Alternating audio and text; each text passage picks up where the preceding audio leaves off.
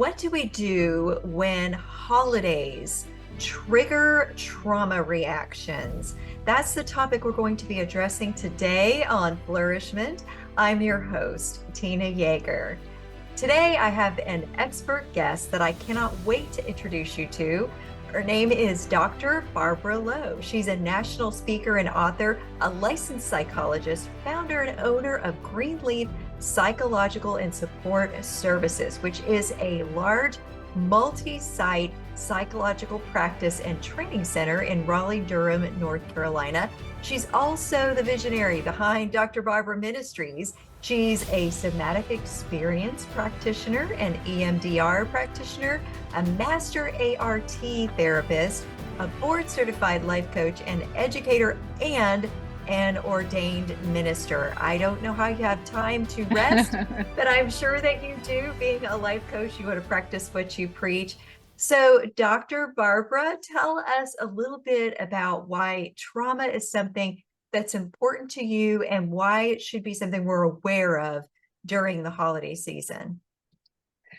Well, holidays are, it's kind of like the basement parts of our heart come up because we're around our family again. And, a lot of us didn't really have this growing up, right? We had maybe parts of this, but then also we have unmet needs. We have where trauma has pierced our safety in some way.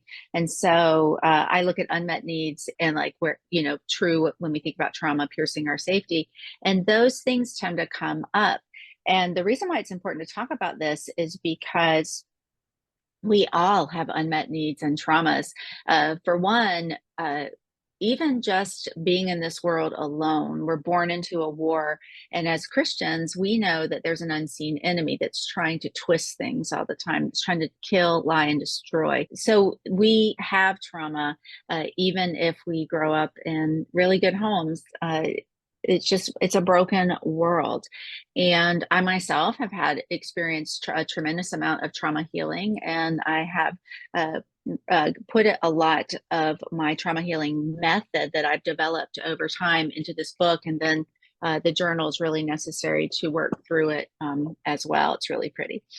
But yeah, we all have trauma. And at times like when we're around family, the holidays, or it could be like everyday triggers, a certain boss or personality, we're triggered. And then we don't act Christianly, right?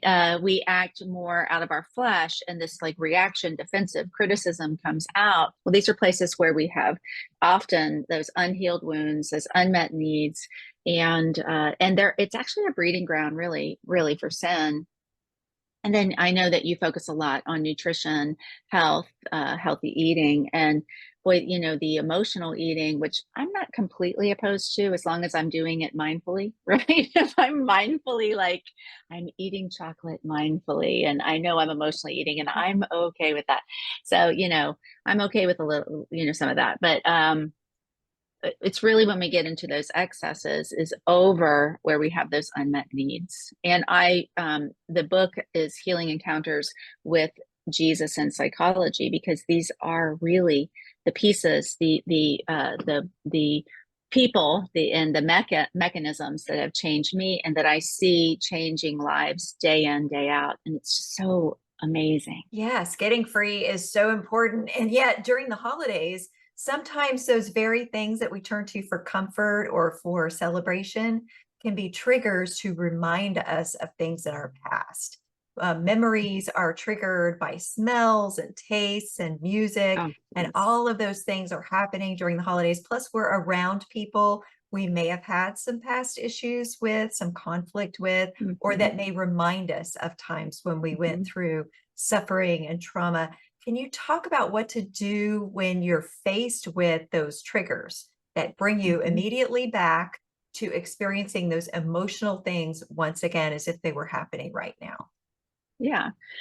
So I'm going to back up just a minute and say, I talk about in the book a couple different stories of women driving home for the holidays and, the different felt sense that they have. Like maybe Tanya expecting she's going to see her sister. She's going to watch her nieces and nephews play on the same carpet that she used to play with her sister. And just the smells and the sights and the sounds give her like the ooey gooeys, right? And then we have maybe Ashley, who maybe mother's an alcoholic, and uncle had molested her when she was 4, and she's coming home. It's a completely different felt sense. She probably feels dissociated. She feels dread about coming home. She has ambiguous attachment. I want to come, I don't. I want, and that double bind. So what do we do? What do we do when we're triggered? Well, as Christians, we definitely want to turn toward the Lord. So for the people of faith who are listening, that is a real, live, active attachment, safe attachment that we have. And then we also want to develop what I call some self-momming skills or self-parenting skills, where and if we're Christian, we can gain strength from the Lord, and we can begin to be that parent we never had. And to the age that the felt sense is coming up. Like if I'm feeling 7 again, I'm not going to be like, come on, girl, you got this. I'm going to be more like, sweet baby girl, it's okay. I'm with you. God loves you. I love you. And you are not alone. You were alone back then, but you are not alone anymore. And I would say the Heart Journey method takes us through safety and stability skills for the first 4 chapters. And then the next 4 chapters are those time reversing traumas and satisfying unmet needs skills. And then the last 4 chapters are more those integration, living a new way, relationship skills, forgiveness, and participating with God in redo activities, and then learning your life purpose and launching into it. So I do think I remember myself going through many holidays where I was kind of white knuckling it through because the pain was arising from my own childhood. And I would actually bring along something like this. There wasn't anything like this back then, but maybe like a devotional that was talk about how much God loves you and loved you back when you were a child. And I would just kind of cling to that because that would just help me get through. Now I had a lot of trauma, but yeah, so I would definitely recommend getting the book, doing it with a friend, with a journal, and inviting Jesus into those places. So would you say it's important when you know you're walking into something that could trigger trauma to give yourself a backdoor, a place where you can give yourself a time to escape the Yeah. constant trigger and have some time to process and heal and renew in the midst of that, Hmm. especially if you're staying in the Yeah. home of someone who was maybe not the offending parent, but someone who allowed things to happen and you still have Hmm. some issues with that. Can you talk Yeah. about Well, again, let's back up a little bit and just say you don't have to actually stay in the home. There's some negotiation. You can rent a car if you're flying there. You can get an Airbnb really close by so that you have abilities to set boundaries that are natural. You can have a work project that you're going to have to escape to work on a little bit while you're there, and you're so sorry, but you have to go to your Airbnb every night and just kind of do this thing. And so, we can tell the truth, but kind of schmooze it a little bit so that we can get our needs met. I love how Peter Levine, who created somatic experiencing, talks about that we have to feel the feelings of our life. We have to experience the experiences of our life.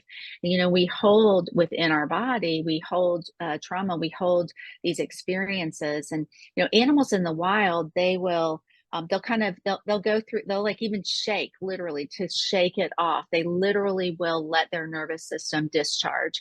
But our higher cortex gets in the way and we kind of hold it in. And so we definitely need to turn in with the Lord if we know the Lord, and then be with our body sensations with curiosity and do some of this self-parenting work as well. This can be so powerful. There are a lot of more tools in here, but these are big tools. Like these are big fundamental tools that can be helpful. So yes, I do believe in boundaries and creating them and setting yourself up for success and bringing comfort, creature comforts, like bringing, like I told you, the holidays I would bring a book that would make me feel closer to the Lord, or a sensory item, or your favorite blanket, or your favorite jammies. to talk to the people who don't understand how this fits with the Christian belief system? Sometimes as Christian believers, we'll see in certain church circles that they'll say, well, you don't need to look at the past. You're redeemed. Just move forward and go on.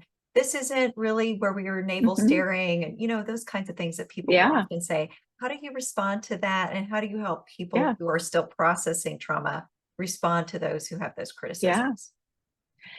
Well, what we've learned since 1994, 97 is that memories are not stable and that they can be unlocked and changed. And we used to think these kind of what people used to call neuroses, like these cycles that we get stuck in that we can't seem to get out of, maybe in authority or in relationships or with our mom or our sister, that we would be stuck. And we now know that emotional learning can change, and it's called memory reconsolidation. Is the area of research that's molecular, post hoc clinical, and neurological researchers independently are discovering this. All right, so you asked me about the Bible. Why am I talking about this? Well, with the woman at the well, Jesus brought up her past out of the blue. And it appears to me that now I don't want to put Jesus in a box, like it's the last thing I want to do, but it does appear to me that maybe Jesus opened up her past for her to experience that healing and that memory reconsolidation window. I mean, Jesus is a brilliant scientist. He knows all the science. He created it, and it's true science, right? It's not spun science. So Jesus himself brought up the pain of this woman who, the Samaritan woman, she was there in the middle of the day, probably trying to avoid people. She was a Samaritan, so she was an outcast to the Jewish people. She was a woman. And, rabbis used to say, thank God I'm not a dog or a woman, because the low status of women. And then women couldn't divorce, but yet she had been divorced 5 times. And so, how did she get 5 certificates of divorce if women didn't have that power? So, she likely was maybe infertile, or we don't know, but there was a lot of rejection. And that women, since women couldn't hold property, she was shacking up with someone. So, I'm not saying that's okay, but there were circumstances going on. And so, she was hurt. So, it sounds like almost Jesus went for the jugular, but he didn't. I believe he opened up her pain to give her a different experience with him. And she went from being an outcast to converting her whole town. And history, like, she's one of the early martyrs in Fox's Book of Martyrs, and she has been noted as being equivalent to the apostles. How does such a change happen? Jesus brought up her past and then ministered healing right there. Yes, that's such a great story. And I love the Mm-hmm. way that he put some of the triggers out of that scene. He sent the men away, the rest of the disciples Mm-hmm. away, because he knew that she'd already been wounded by men, and he only wanted to meet with her personally in that So moment of good. transformation. So I love that. So God is okay with us knowing where we are, what we need, and what triggers we can handle, and what our capacity is for that. So I'm sure that you go into that in your book as well. Mm-hmm. Can you talk about how people can stay connected with you and get a copy of this amazing new book that you have? Yes. So it's pretty much online everywhere books are sold. So definitely go to Amazon and get the book and the journal, because the book leads you to the journal over and over. And look, I mean, if you're going to be working on trauma, let's do it in a beautiful way, right? And there are QR codes in there too, where you can get guided meditations using your holy imagination and encounters with Jesus with me. So Amazon and all the other places books are sold. It's on all the places. I have been focusing on my clinical practice for the last year or two, and kind of put a pause on my ministry. I'm slowly relaunching it, and I've started a brand new Instagram account. Went from drbarbaralowe.com to Dr. Barbara Ministries. So you can find me on Instagram and TikTok, and you can find me at drbarbarministries.org as well. And I do have an email list. I send out emails about once a month, and I have an email list of like 32,000 or something like that. So I'd be happy to get anyone on my email list. I have a few. If you go to my website, I have a few freebie mini books, and one on rejection and self care and some others. So feel free to go there and once you download one, you'll get on my email list. I hope that all of you Mhm. listening will access Dr. Barbara's wealth of well-researched, amazing materials and services. and get in touch with her for yourself or for those that you love who may be suffering through some trauma triggers this season or in seasons to come, perhaps. And of course, I also hope that you hit subscribe and come back for the next Mhm. episode of Flourishment. Flourishment is part of the Spark Media Network and can be found on the Edify app.